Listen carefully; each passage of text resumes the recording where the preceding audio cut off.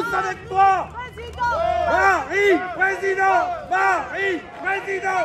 Marie, président. Marie, président. Marie, président.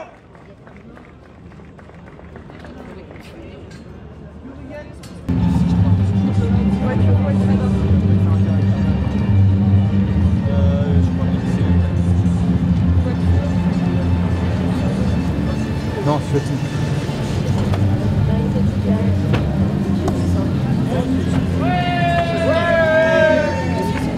Monsieur Ciotti, Éric Ciotti.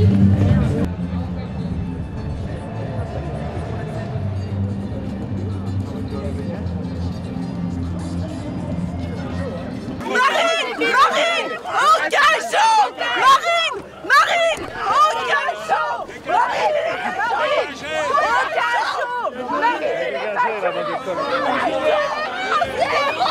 Pour les fachos! Tolérance zéro! Pour les fachos! Tolérance zéro! Pour les minorités! À perpétuité! Inéligibilité! À perpétuité! Inéligibilité! À perpétuité! Inéligibilité! À perpétuité! Vous la sortez. Inéligibilité! À perpétuité! Inéligibilité! À perpétuité! Marine! Engagement! Marine les fachos! Engagement! Inéligibilité!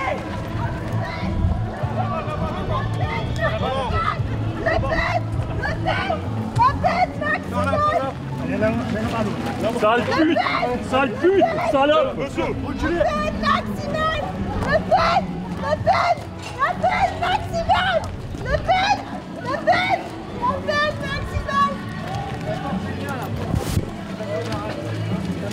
Tolérance zéro! Pour les fachos!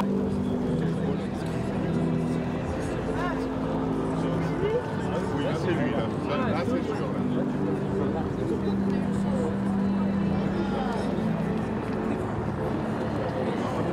Ah ouais, il est derrière.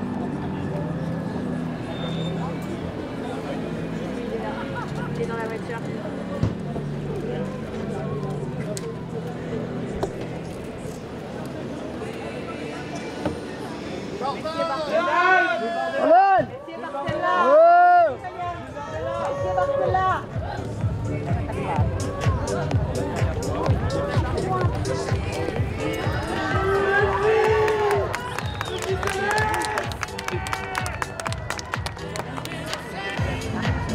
D'accord. Ah ben, pour moi, c'est parce qu'en fait, il y a un collègue qui a dit non. Il a commencé en 20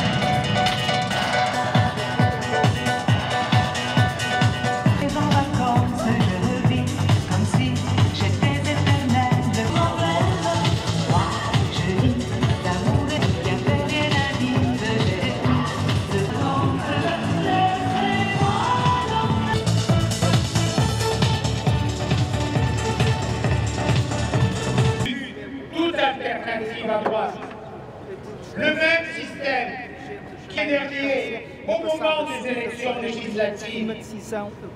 Celle qui ne m'a pas suivi, cette coalition de la honte législative, ce qui nous aurait permis de redresser une France ici, il tremble.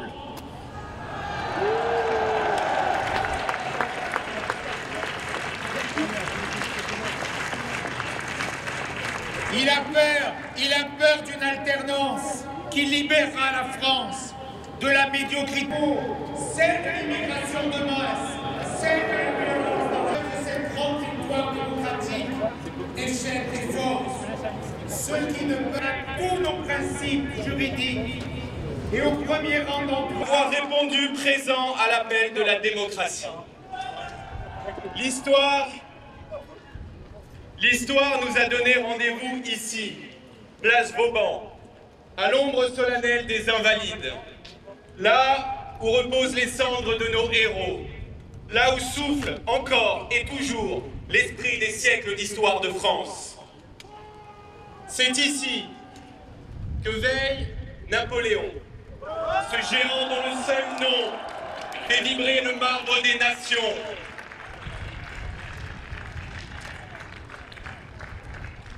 Ici même, mes amis, que le général de Gaulle, dressé contre l'abandon et la résignation, nous rappela que la France ne s'incline jamais et que la France se relève toujours.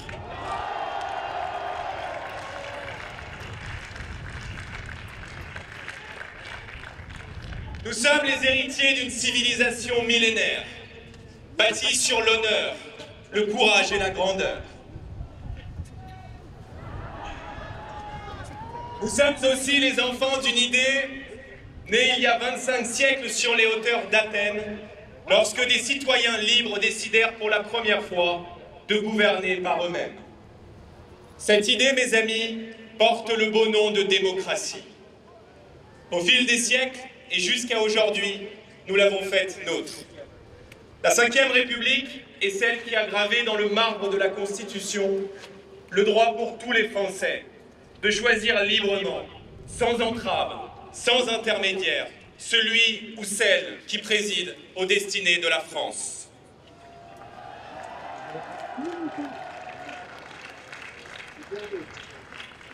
Je ne vois, mes amis, ici que des Français libres, que des patriotes fidèles à leur histoire, debout pour défendre leurs droits et leurs convictions. À quelques kilomètres d'ici, l'extrême gauche s'est donné rendez-vous pour piétiner cet héritage.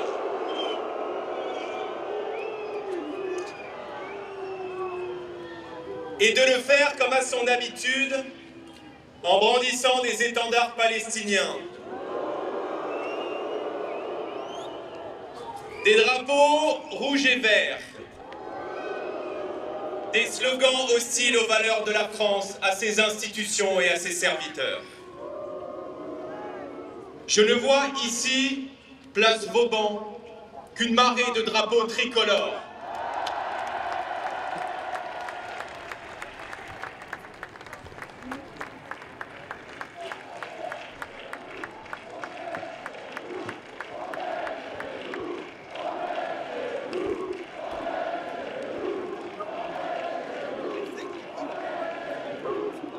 Et c'est la meilleure réponse que vous pouviez offrir à ceux qui souhaitent votre démobilisation.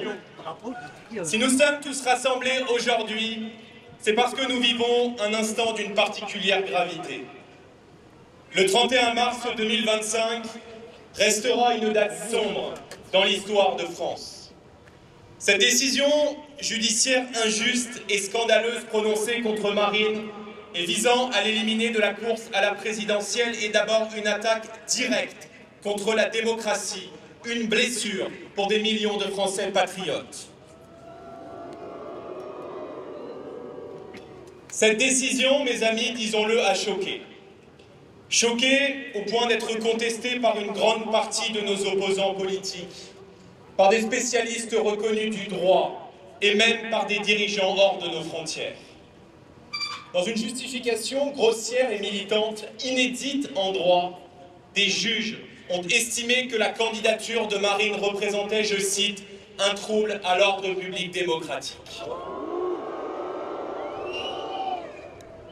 Rendez-vous compte, mes amis, le même système judiciaire qui laisse les OQTF libres de briser des vies,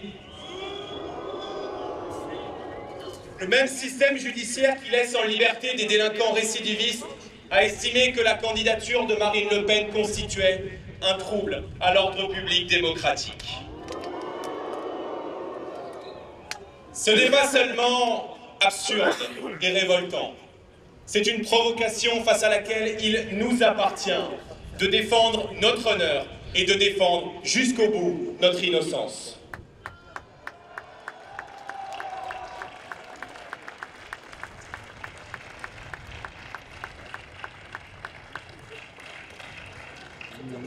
Que l'on soit ici extrêmement clair. Il ne s'agira jamais pour nous de mettre en accusation ou de jeter le discrédit sur l'ensemble des juges ou de l'institution judiciaire. Jamais notre mouvement ne remettra en cause la séparation des pouvoirs ou l'indépendance de la justice qui sont les garanties de l'état de droit. Pour les avoir trop longtemps subis, nous condamnerons toujours les menaces, les violences, les intimidations ou les pressions exercées dans notre pays à l'égard de quiconque. Jamais nous n'exercerons de contraintes ou de pression sur la démocratie. En revanche, nous nous indignerons toujours face aux pressions exercées par certaines organisations contre la volonté populaire.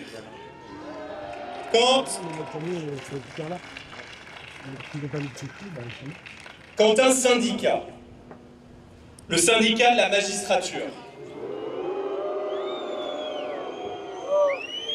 auquel se rattache un tiers des magistrats, appelle la profession tout entière à barrer la route par tout moyen au Rassemblement national lors du second tour des dernières législatives, en violation de toutes les règles de neutralité et de déontologie. Comment ne pas s'offusquer quand le syndicat de la magistrature épingle sur ce qu'ils ont baptisé un mur d'écho des dirigeants politiques de droite, des parents de victimes de récidivistes? Comment ne pas s'indigner quand ce même syndicat érige le délinquant en victime et promeut une insupportable culture de l'excuse? Comment ne pas s'offusquer quand une procureure, dans le procès qui a visé le Rassemblement national, déclare en l'absence d'éléments tangibles, je cite, « Je ne peux pas demander une relaxe, ça me ferait trop mal. » Comment ne pas s'indigner?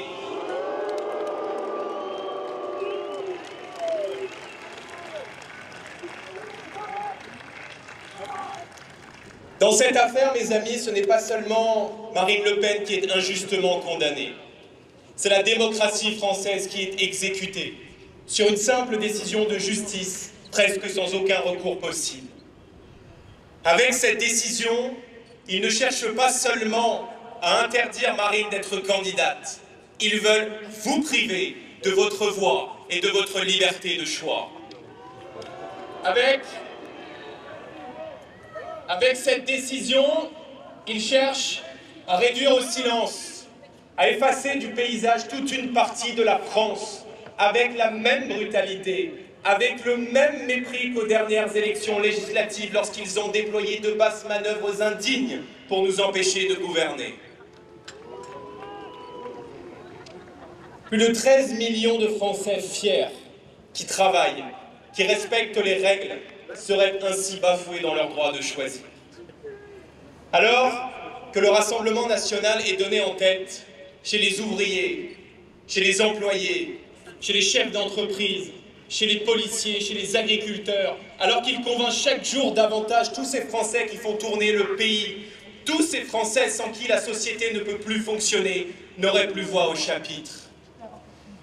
Quelle valeur, mes amis, quelle valeur aurait alors notre devise républicaine?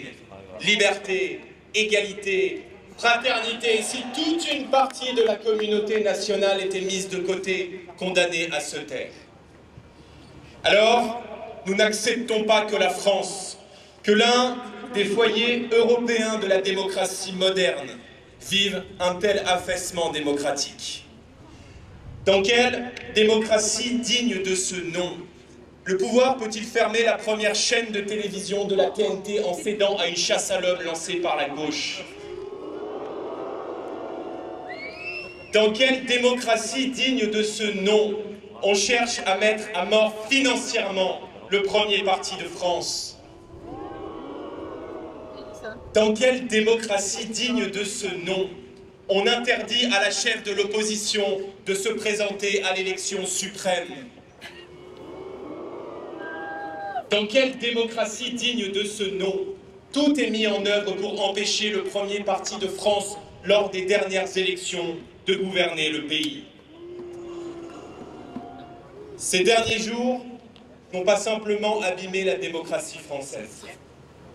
Ils ont aussi, je le crois, discrédité la voix et dégradé l'image de la France en Europe, comme partout dans le monde.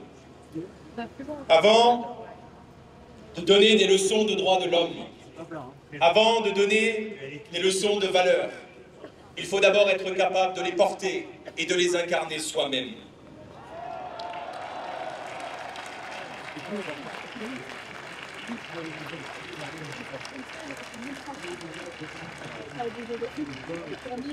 Mes amis, je ne connais pas de démocratie saine où l'opposition est réduite au silence, persécutée judiciairement, frappée financièrement. La démocratie, c'est le pouvoir du peuple, par le peuple et pour le peuple.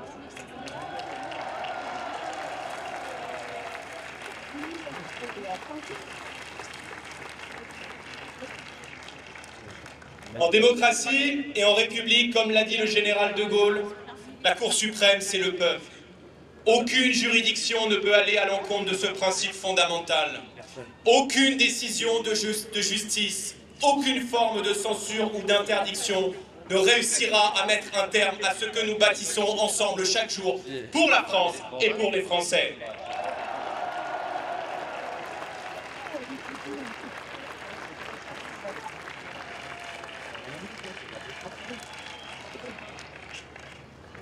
Mes amis, il y a un malaise.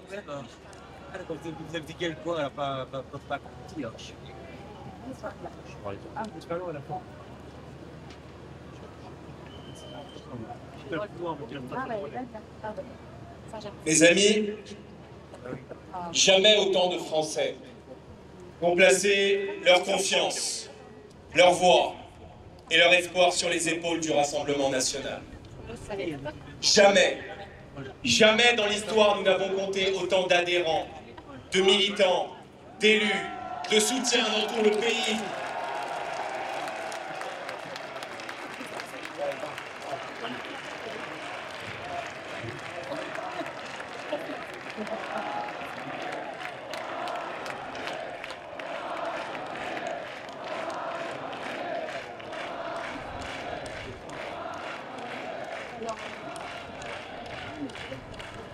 Le patriotisme et l'amour pour la France ne sont pas des combats du passé. Ils sont la cause vivante du présent et la grande espérance de l'avenir. Ce sont eux qui guident nos pas chaque jour, qui animent nos cœurs et qui donnent à nos combats leur sens véritable.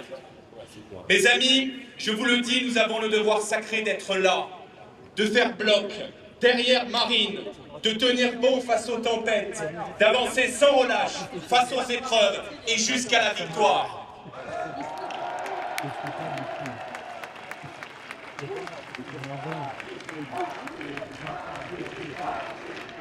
Nous avons, mes amis, l'impérieuse responsabilité de ne jamais reculer, de ne jamais abandonner, car nous incarnons cette France fière, cette France enracinée, cette France déterminée à reconquérir sa souveraineté, à défendre son identité, à préserver son unité.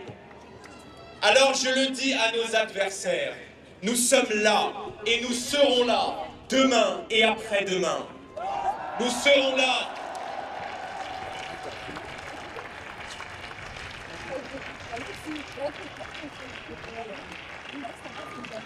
Nous serons là aux côtés de tous les Français, frappés par l'urgence sociale de la fin du mois, inquiets pour leurs valeurs et pour leur sécurité, mais toujours debout, fiers, déterminés, prêts à écrire une nouvelle page glorieuse de notre histoire.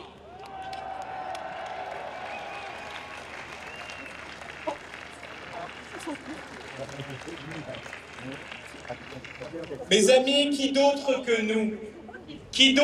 nous pour défendre la liberté d'expression, menacés par le politiquement correct, par l'intolérance de la gauche, par le wokisme et par le totalitarisme islamiste. Qui d'autre que nous pour déclencher ce grand référendum sur l'immigration qui permettra aux Français de reprendre le contrôle du pays et à la France de rester la France.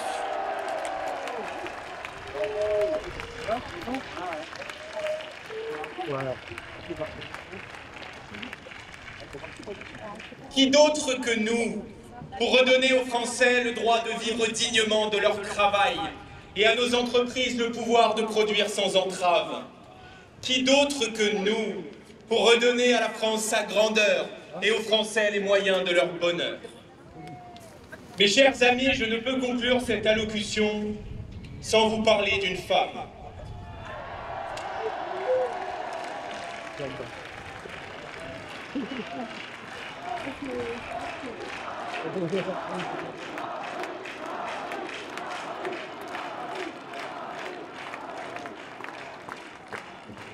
Une femme qui rassemble aujourd'hui dans le cœur de Paris tous les Français debout pour la justice et pour la démocratie. Je me souviens d'un soir de février 2012. La France était alors en pleine campagne présidentielle. Lors d'un débat à la télévision, j'ai adhéré aux paroles et aux convictions d'une femme qui osait parler différemment de toute la classe politique. J'ai vu en elle une battante. J'ai vu en elle une femme habitée par l'amour des Français, par le souci de leur quotidien et par-dessus tout par la dignité du drapeau tricolore.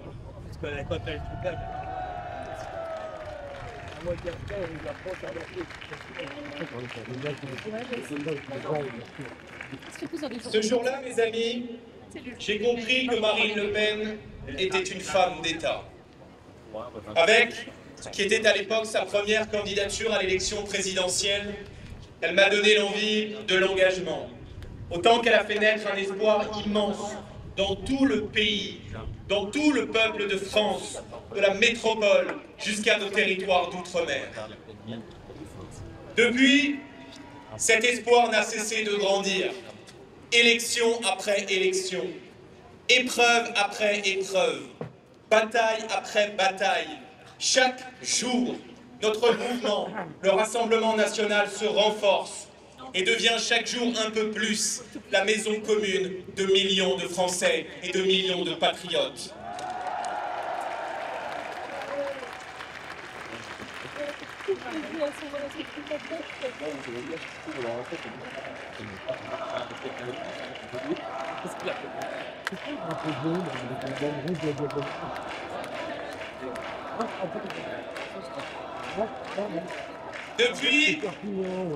Depuis, vous avez toujours pu compter sur elle, sur sa pugnacité, sur son honnêteté, sur son énergie et par-dessus tout, sur sa solidité.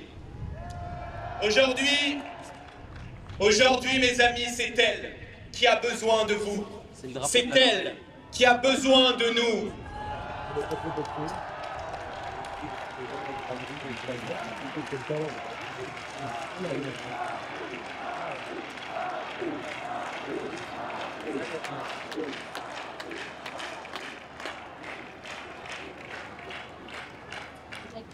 Elle pourra tout d'abord compter sur moi. Et je veux lui redire solennellement aujourd'hui. Plus que jamais, le duo que nous avons formé repose sur la confiance, le respect, le partage de convictions profondes. Il s'est forgé dans les batailles, s'est renforcé dans les épreuves et se déploiera demain, j'en suis convaincu, dans la grande victoire pour la France.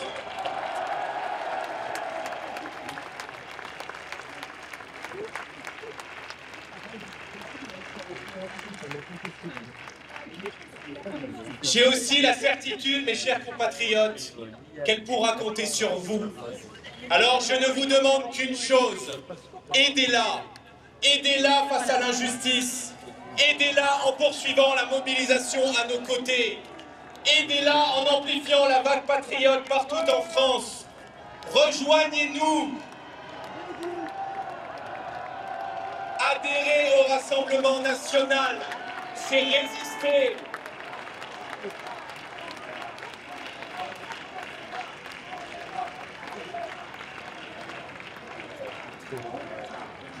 Adhérer au Rassemblement national, c'est défendre une certaine idée de la démocratie.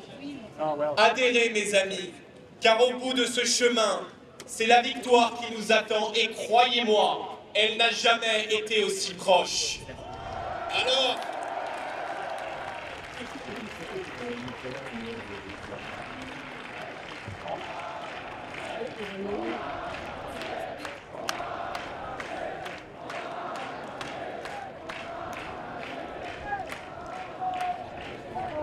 Alors je vous le demande, soyez dignes de la France, de ses valeurs, de son esprit frondeur et de sa grandeur millénaire. En ce jour singulier, proclamons-le ici au pied des Invalides. La grandeur de la France est encore devant nous. Nous sommes le peuple de France, ce peuple qui ne renonce jamais, ce peuple à qui le général de Gaulle s'adressait lorsqu'il affirmait avec conviction « Soyons fermes, purs et fidèles. Au bout de nos peines, il y a la plus grande gloire du monde, celle des hommes qui n'ont jamais cédé. Aujourd'hui, pour Marine, pour la France, face à l'injustice, ne cédons rien. Marchons ensemble vers l'avenir et rendons à la France sa liberté, sa grandeur, son honneur et sa démocratie. Rien ne peut arrêter un peuple qui s'est remis à espérer. Vive Marine Le Pen, vive la démocratie, vive la République et vive la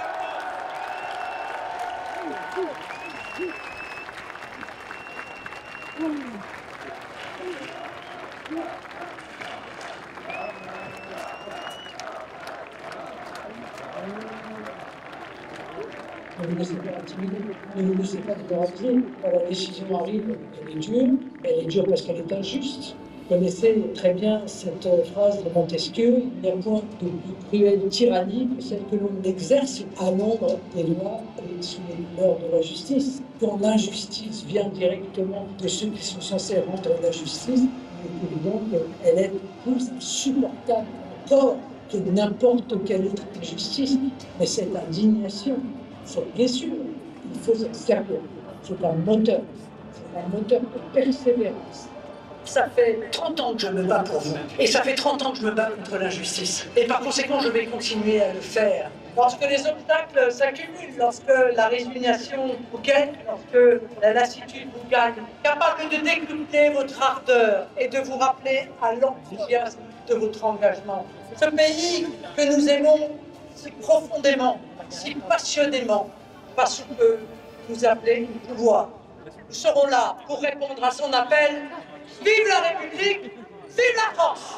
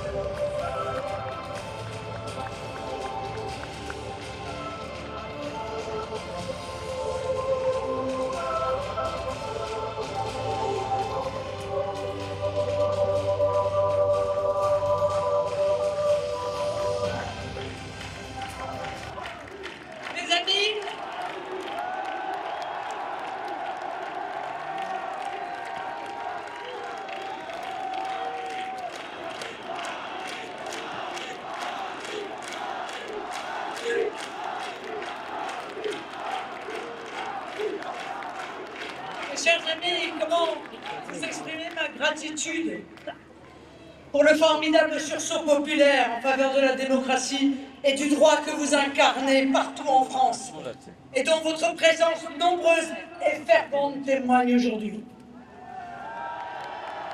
Il est impossible pour moi de cacher mon émotion, de vous voir ici et dans tous nos départements être à nos côtés.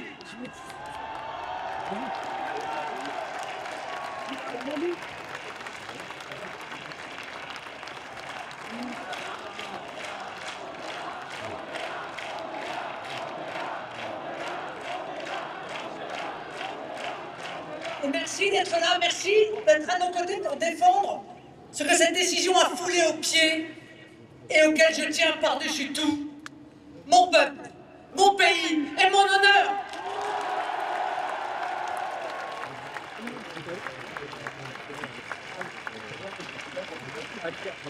Un merci affectueux pour votre courage, votre ténacité, votre générosité. Vous êtes formidables. Vous êtes formidables.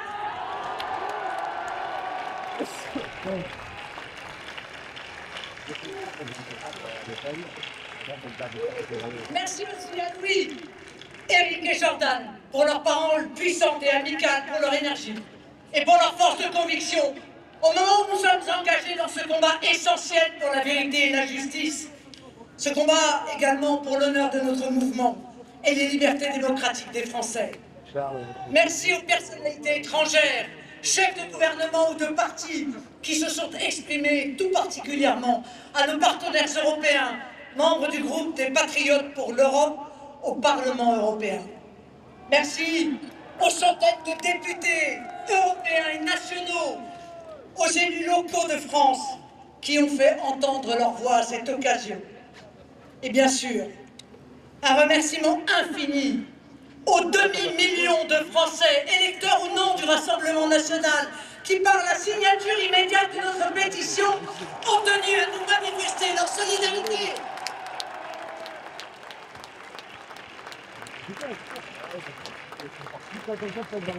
Vos soutiens, vos messages, vos ralliements nous font chaud au cœur. Ils sont pour nous, ils sont pour moi évidemment, une raison supplémentaire de ne rien lâcher. Et que chacun soit rassuré, je ne lâcherai rien.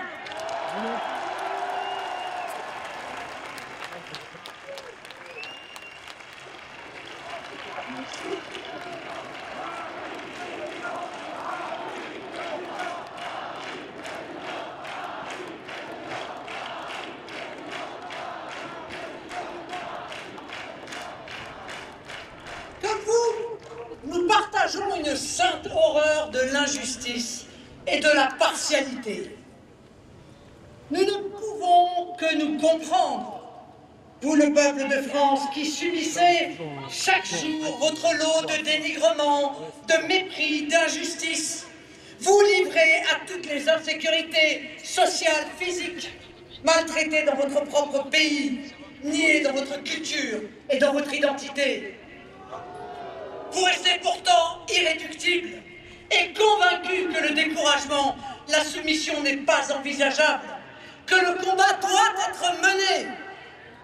Ce qui nous unit, mes amis, c'est l'amour de la France, c'est l'amour de notre peuple, mais c'est aussi l'idée que nous faisons de ce qui est vrai et juste. C'est là le sens de notre engagement, l'âme de notre combat, tout ce qui construit nos convictions, forge notre détermination et conduit notre action. Comme vous, mes amis, nous sommes de ceux qui ne se résignent pas, qui ne s'inclinent pas, qui n'abdiquent pas.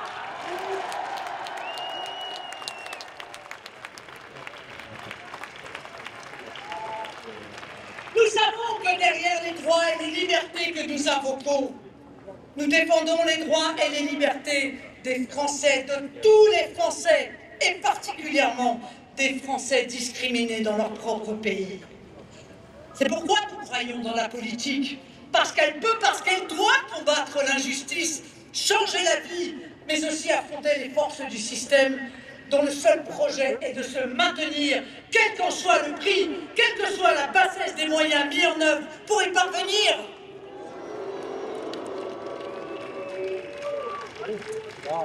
Depuis mon plus jeune âge, Mal rein, lass mal hier den Aufsager machen. je sais les vicissitudes de la politique. J'en connais les contraintes et les injustices. J'en connais la brutalité et même la violence. Je connais les blessures, mais je ne connais pas l'abandon. Je connais les souffrances qu'elle engendre, mais je ne connais pas le désespoir. Je connais l'outrage, mais je ne connais pas le renoncement.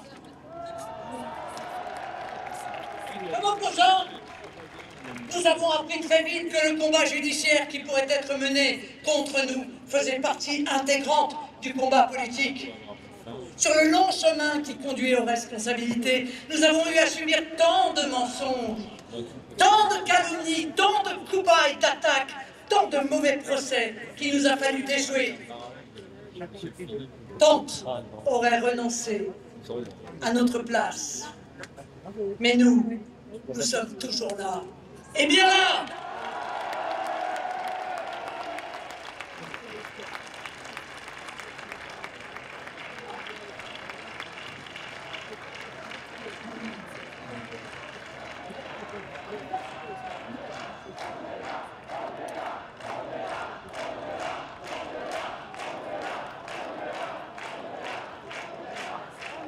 Dans tous les pays européens, mes chers amis, les dirigeants des partis nationaux sont poursuivis. Comme dernièrement notre ami Matteo Salvini pour séquestration, rien que ça, pour avoir refusé de laisser accoster des migrants illégaux dans son pays. Des candidats gênants sont interdits de concourir, comme en Roumanie. Beaucoup d'autres d'ailleurs sont victimes de campagnes de diffamation d'État sans pouvoir se défendre juridiquement. Comme vous, comme tous les militants cadres et élus de notre mouvement, je ne me suis jamais battu pour moi-même, pas pour des avantages ou des honneurs. Que vaut notre sort personnel par rapport à la cause que nous défendons? Que vaut notre confort de vie quand c'est l'existence même de la France dont il s'agit? Vous savez, en politique, et surtout dans l'opposition, les couronnes sont davantage faites d'épines que de lauriers.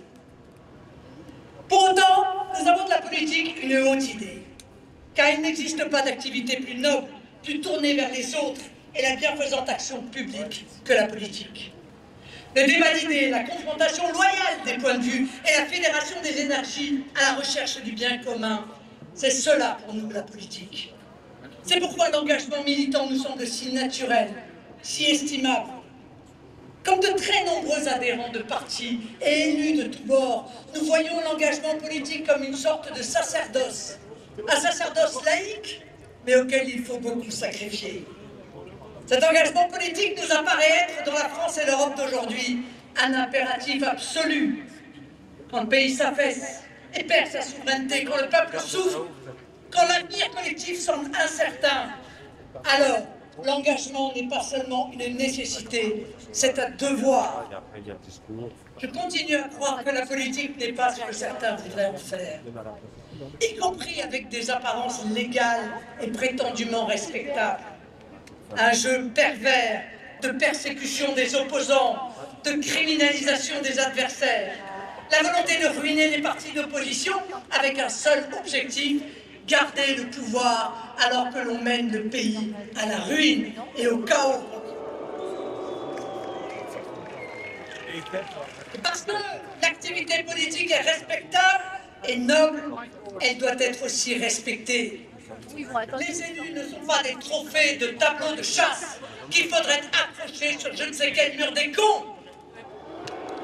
Il en va de la liberté politique dans le pays et donc de la conduite démocratique des affaires publiques. Il serait guère rassurant pour notre société que derrière la chasse à l'homme politique se cache l'objectif de dissuader les vocations à l'engagement public. Et c'est pourtant ce qui se profile dans notre pays, qui est confronté aujourd'hui à une très grave crise de l'engagement politique que vous faites heureusement mentir. Alors, on peut s'interroger, à part pour en faire des trophées sur un tableau de chasse, pourquoi ajouter l'humiliation aux poursuites? Je pense à cet ancien président de la République que nous avons pourtant largement combattu et contre lequel est requis la perte de ses droits familiaux ou 7 années de prison, avec l'objectif à peine dissimulé de faire de sa faute, si tant est qu'elle existe, un acte plus durement sanctionné que la plupart des crimes. Je pense à ces incriminations dont l'intitulé est déshonorant sont bien éloignés des faits dont on nous demande de répondre. L'humiliation, tout comme la vengeance ou le concept de tableau de chasse judiciaire, tout cela est à l'opposé de l'idée que je me fais de la justice. Tout cela me fait horreur. Je ne dis pas cela pour me dérober. Ce n'est ni dans ma nature, ni dans mes principes. Je le dis car c'est comme cela que je me suis présenté à l'automne dernier devant le tribunal, avec le respect que je crois dû à l'institution de la justice de notre pays. Je l'ai fait avec des arguments de droit et de raison qui me semblent me disculper totalement, ainsi que mes compagnons ou notre parti. Je l'ai fait avec la confiance qu'un justiciable est en droit de placer dans la justice d'un pays démocratique. Cette affaire, je le rappelle, fut engagée à l'instigation de nos adversaires socialistes du Parlement européen, avec le bras lourdement armé d'institutions européennes, plus enclines d'ailleurs à regarder la paille qui est dans l'œil de ses opposants que la poutre qui est dans celui de ses soutiens et même de ses membres ou dirigeants les plus haut placés. Des affaires récentes de lourde corruption en témoignent d'ailleurs. Le Qatargate, BY, des affaires pour lesquelles l'OLAF, cet organisme totalitaire de la Commission européenne, a préféré regarder ailleurs. Ce service de police interne au Parlement européen, dont le fonctionnement et les pratiques sont contraires à tous les principes de droit, critiqués d'ailleurs à maintes reprises dans des rapports parlementaires notamment, concentre sa malsaine énergie à monter des dossiers contre les États, contre les fonctionnaires. Cher Fabrice Légéry, tu sais de quoi je parle? Ou les personnalités qui osent s'opposer à la brutalité autoritaire de l'Union européenne. Nous étions dès le départ, vous le voyez, très éloignés des motivations de droit et d'une démarche judiciaire exempte de partialité politique. Je n'hésite pas à souligner la dimension politique dans le procès qui nous est fait. Car comme pour d'autres, ce qui aurait dû ne rester qu'un simple différend administratif avec les services du Parlement européen s'est transformé en incrimination la plus sévère et la plus infamante possible. Et si l'origine de ce procès fut politique, l'audience d'une partialité affolante le fut également, tout comme l'instruction confiée à une magistrate du syndicat de la magistrature, tout comme le réquisitoire, dont j'ai tout de même la cruauté de rappeler, comme l'a rappelé Jordan, que démuni de toute preuve de charge dans un des aspects du dossier, le parquet a avoué. Malgré cela, je ne me résous pas à demander la relaxe, ça me ferait trop mal. À droite. Et enfin, bien sûr, le jugement, dont l'argumentation a presque fait l'unanimité contre elle des juristes sérieux. C'est pourquoi il faut arrêter de nous reprocher de critiquer une décision de justice. Ce n'est pas une décision de justice, c'est une décision politique.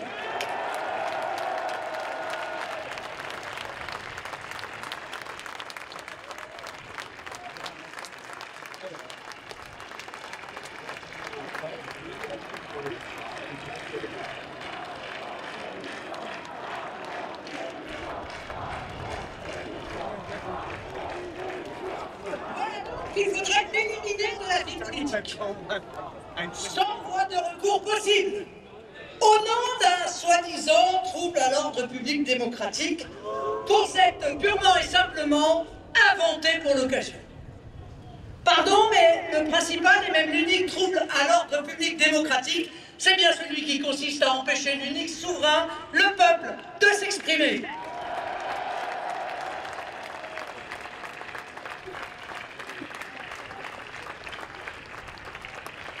C'est pourquoi j'affirme que cette décision politique a non seulement bafoué l'état de droit, mais aussi l'état de démocratie. Alors que ce soit clair, nous ne mettons pas toute la justice dans le même sac. Nous n'oublions pas qu'il y a des juges exemplaires qui font leur travail avec impartialité, respect des justiciables et souci du droit. Nous condamnons, bien sûr, les insultes et les menaces contre les magistrats, tous les magistrats. Elles sont indignes et ne rendent pas service à la cause qui est résumée par un des plus beaux mots de notre langue, la justice.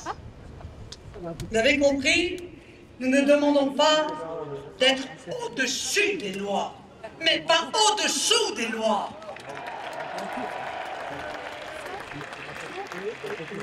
Nous ne sommes pas sous-citoyens parce que nous aurions commis le crime aux yeux de certains d'avoir fait de la défense de la patrie et de sa souveraineté le combat de nos vies. Les 13 millions d'électeurs qui nous font l'honneur de leur vote et de leur confiance ne sont pas des demi-citoyens qui devraient battre leur coupe pour leur hérésie, pas des justiciables de seconde zone à qui pourraient être déniés les droits élémentaires de citoyens ou de justiciables. Faut-il rappeler qu'ayant réuni plus de 37% des voix aux législatives et 31% aux européennes, nous sommes déjà privés de la moindre fonction, même symbolique, à l'Assemblée nationale ou au Parlement européen, par ceux-là même qui donnent des leçons de démocratie matin, midi et soir.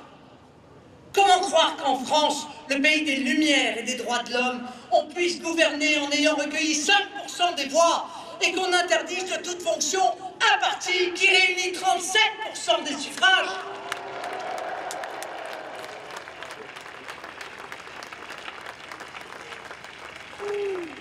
Dans ces conditions, je le dis, notre combat est aussi un combat pour les droits civiques. Parce qu'il existe manifestement en France plusieurs catégories de citoyens. Imaginez, mes amis, que certains esprits chagrins et intolérants se sont même offusqués que nous puissions nous réunir aujourd'hui sur cette place, dans la capitale de notre pays, comme si le droit de réunion devait aussi nous être retiré. Les mêmes, d'ailleurs, qui ne trouvent rien de scandaleux à manifester avec violence contre le résultat des élections. Eh bien, ils nous reprochent, avec des arguments aussi grossiers qu'outrageants, aussi excessifs que ridicules, de faire un meeting de soutien à la démocratie et d'exprimer notre indignation quand sont violés aussi évidemment les principes fondateurs de notre État de droit. À tous les Français que l'on veut intoxiquer, je veux dire que notre ligne de conduite ne sera jamais celle de la brutalisation, chère à d'autres formations politiques, mais celle pacifique du pasteur Martin Luther King pour les droits civiques des citoyens américains à l'époque opprimés et privés de droits. Nous entendons pour cela inviter tous les Français épris de liberté à s'engager à nos côtés dans une résistance pacifique et démocratique, une résistance populaire et patriote. Nous allons continuer à lutter, comme nous le faisons, dans la discipline et la dignité, malgré les provocations qui ne manqueront pas d'intervenir et auxquelles, au désespoir de nos opposants, nous ne céderons pas.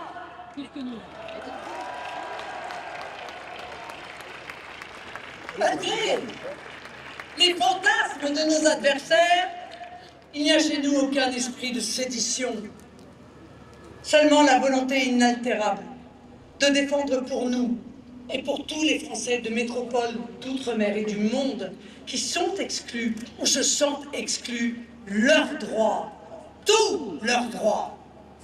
C'est justement parce que nous sommes attachés à l'état de droit que nous nous insurgeons contre son dévoiement, son instrumentalisation, non par les juges, mais par des juges qui ont décidé de faire de nos institutions les plus sacrées l'outil de leur idéologie avec un sentiment de toute puissance. Personne personne, et surtout pas les défenseurs du principe d'indépendance de la justice, ne peut cautionner le fait que des magistrats, sous couvert d'appartenance syndicale, se targuent de mener un combat militant ouvertement politique contre les patriotes.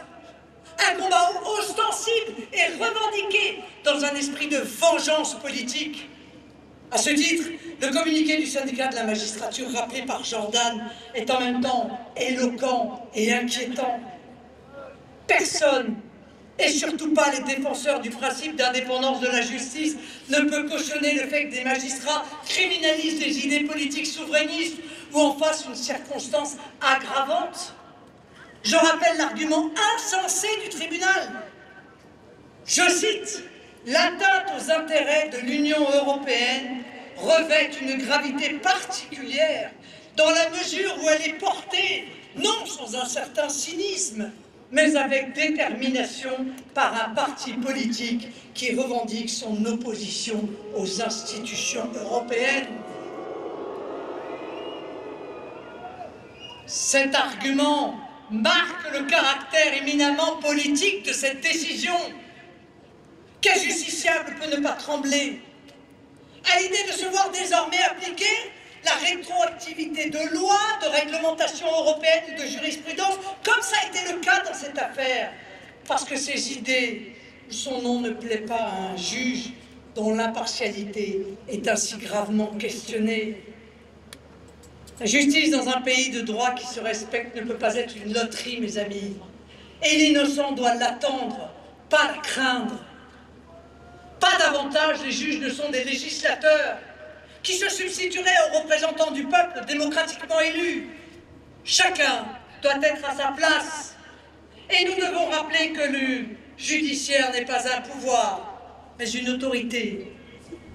Qui peut justifier qu'étant présumé innocent, en ayant interjeté appel, nous puissions être malgré tout rendus inéligibles par le bon vouloir d'une décision dont les plus acharnés de nos adversaires peinent à justifier l'argumentation juridique de façade.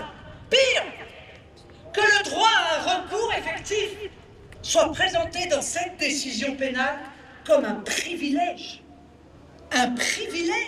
dont nous devrions être privés, alors qu'il est au contraire la quintessence du droit dans une démocratie mature.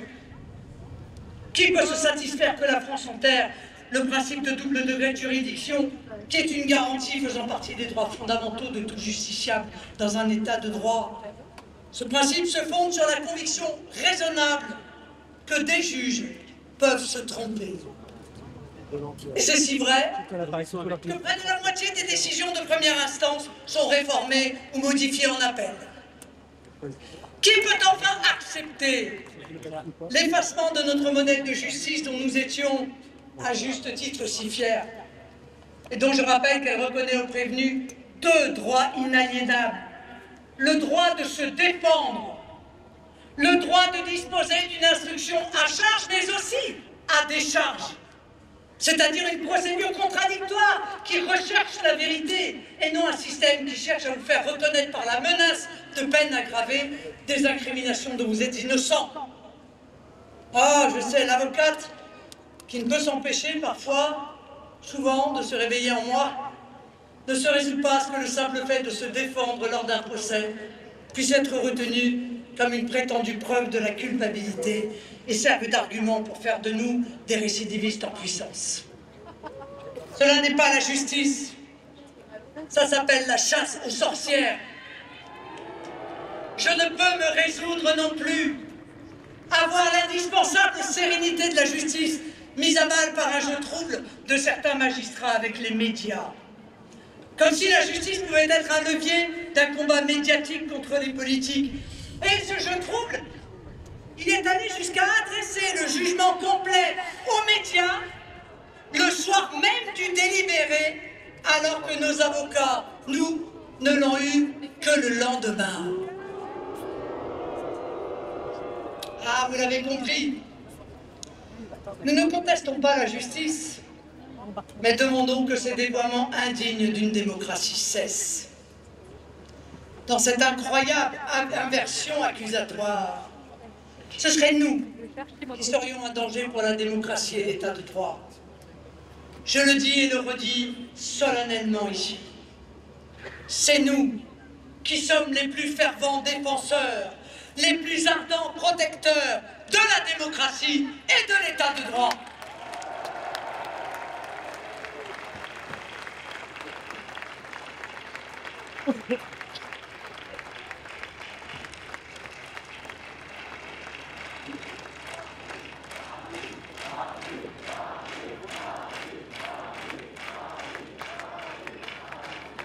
Jordan a raison, hein, le spectacle lamentable que donne la France n'est pas à la hauteur des hautes institutions d'État qui avaient fait de notre pays une référence dans le monde.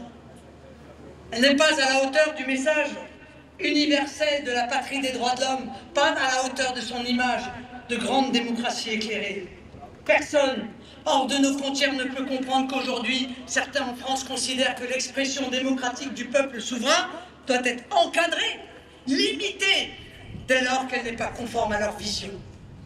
Or, l'article 3 de la Constitution, de notre Constitution, est clair. La souveraineté appartient au peuple, qui l'exerce par ses représentants et par la voie du référendum.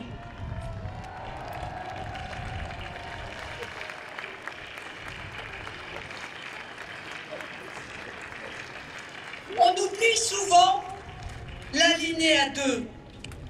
Aucune section du peuple, ni aucun individu ne peut s'en attribuer l'exercice. Ce rappel fondamental de notre Constitution est salutaire face à ceux qui considèrent, je cite, le peuple souverain comme une menace pour l'ordre public démocratique. Les réactions provenant de l'étranger soulignent combien cette décision vient heurter le modèle que la France était aux yeux du monde, cette puissance de raison respectée sur la scène internationale, pour son attachement au droit et à la justice, à qui chaque nation peut parler en confiance, d'égal à égal. Toute la presse internationale, quelle que soit sa sensibilité politique, a exprimé son trouble, voire son indignation à la suite de la décision du lundi 31 mars 2025, y compris même le très consensuel The Economist. Mais au-delà de nous, au-delà de moi, ce que nous défendons aujourd'hui et dans les mois qui viennent, c'est la liberté de tous, l'état de droit pour tous, l'égalité de traitement pour tous.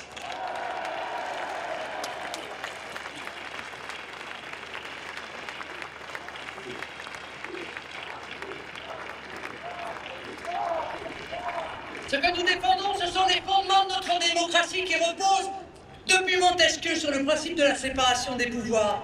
Oui, je le dis, la justice ne peut s'ingérer dans la façon dont les élus conduisent leur mandat au service des Français, dès lors qu'il n'y a pas de corruption ou d'enrichissement personnel. Elle n'a pas non plus à choisir les candidats aux élections. Il y a des équilibres que notre pays doit retrouver s'il ne veut pas tomber dans un autre système que la démocratie, car tous nos principes vacillent en réalité sur leur base. Nous défendons aussi la présomption d'innocence, qui, avec le secret de l'instruction, doit manifestement être urgemment rétabli dans notre pays. Parce que lorsque les droits des justiciables disparaissent, lorsqu'ils sont quotidiennement bafoués par le tribunal médiatique, tous les citoyens sont concernés parce qu'ils sont tous potentiellement menacés. Nous ne sommes pas les seuls à nous en inquiéter. Des voix en dehors de notre mouvement, et parfois venus de camps opposés au Rassemblement national, se sont élevés pour souligner le caractère contestable et même fantasque des fondements juridiques. Leur honnêteté intellectuelle les honore. Leur liberté d'esprit et leur courage honorent la France. Ces prises de position montrent que ce combat pour la justice, ce combat pour le droit n'est pas seulement le nôtre, mais celui de la société tout entière, de l'institution elle-même, de la communauté judiciaire et bien sûr du chef de l'État, garant du bon fonctionnement des institutions.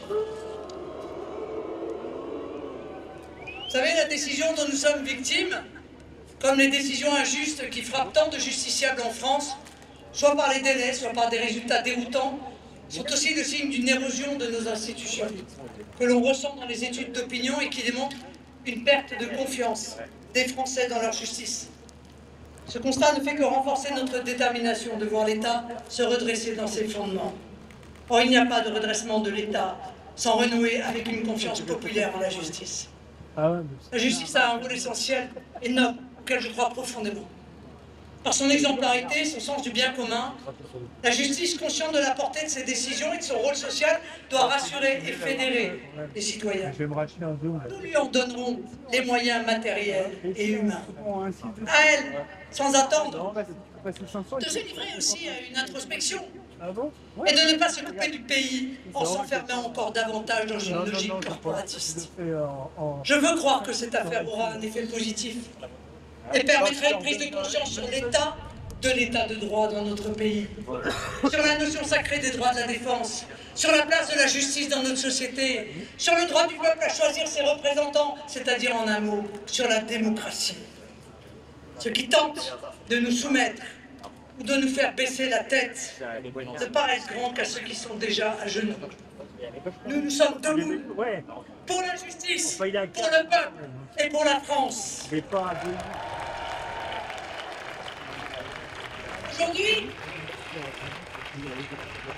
Aujourd'hui est un jour historique, un jour où se lève avec joie et ferveur un grand mouvement en faveur de la liberté du peuple. Cette aspiration à la protection, au respect, comme le refus des citoyens d'être traités en sujet, est irrépressible et, je le crois, irrésistible. Cette aspiration est la nôtre. C'est cela que nous défendons, envers et contre tout depuis des décennies. Et je crois profondément que nous sommes le seul mouvement à être assez solide et assez courageux pour mener ce combat.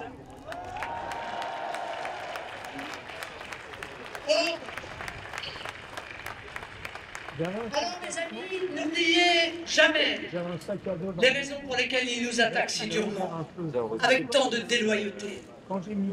N'oubliez jamais qu'ils ne font cela que pour une seule raison. Nous sommes en train de gagner. Vous êtes en train de gagner.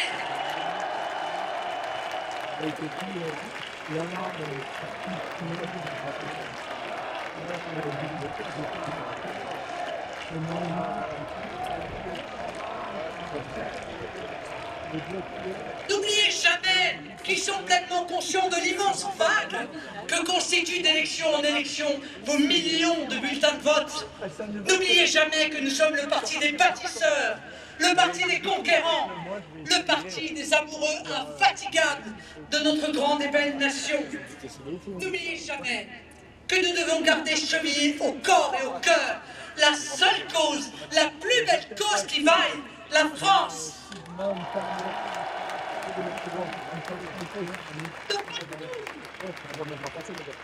De partout, les citoyens de tous bords politiques, de toutes origines, de toutes confessions doivent nous rejoindre pour conduire cette œuvre de redressement national et de refondation sociale. J'ai besoin pour cela de votre persévérance, de votre courage, de votre combativité, de votre solidité, de votre espérance. Ce sera une formidable aventure politique et humaine. Ce sera pour chacun d'entre vous la plus haute mission de votre vie. Et lorsque la victoire viendra, ce sera pour la France l'aube de la Renaissance. Vive la justice! Vive la République! Vive la France!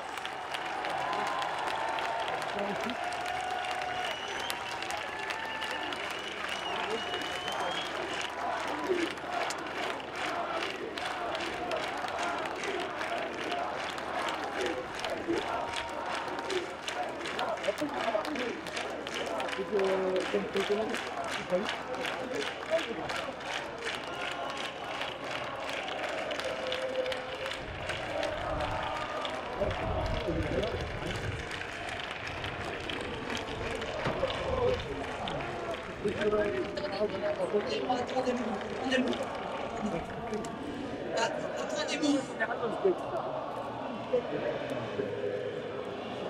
C'est parti trop vite, ça.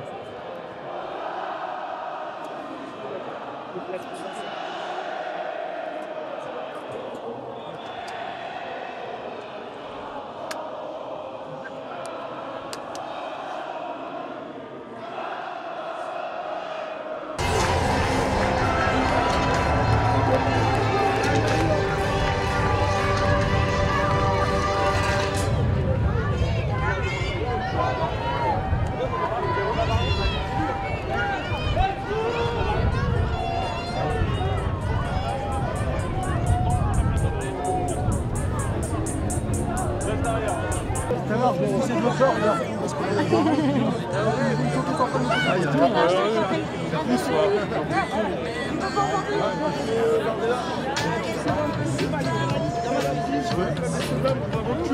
S'il vous plaît, on recule. On peut pas, hein. C'est pas, je sais.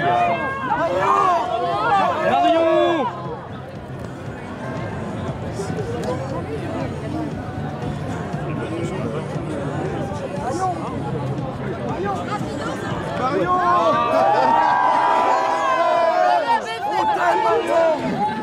Merci, c'est vite, je Marion, t'as la prochaine! Reviens, Marion! Non, bah oui, j'ai pas bougé. J'ai pas bougé. Marion, elle sera plus à l'oreille. Ah, c'est moi, oui, oui. Ah, merci Marion. Merci beaucoup. Allez, j'en fais encore une fois. Eh, toi aussi, t'as eu ton selfie du coup. Ouais, j'ai fait mon selfie. Marion.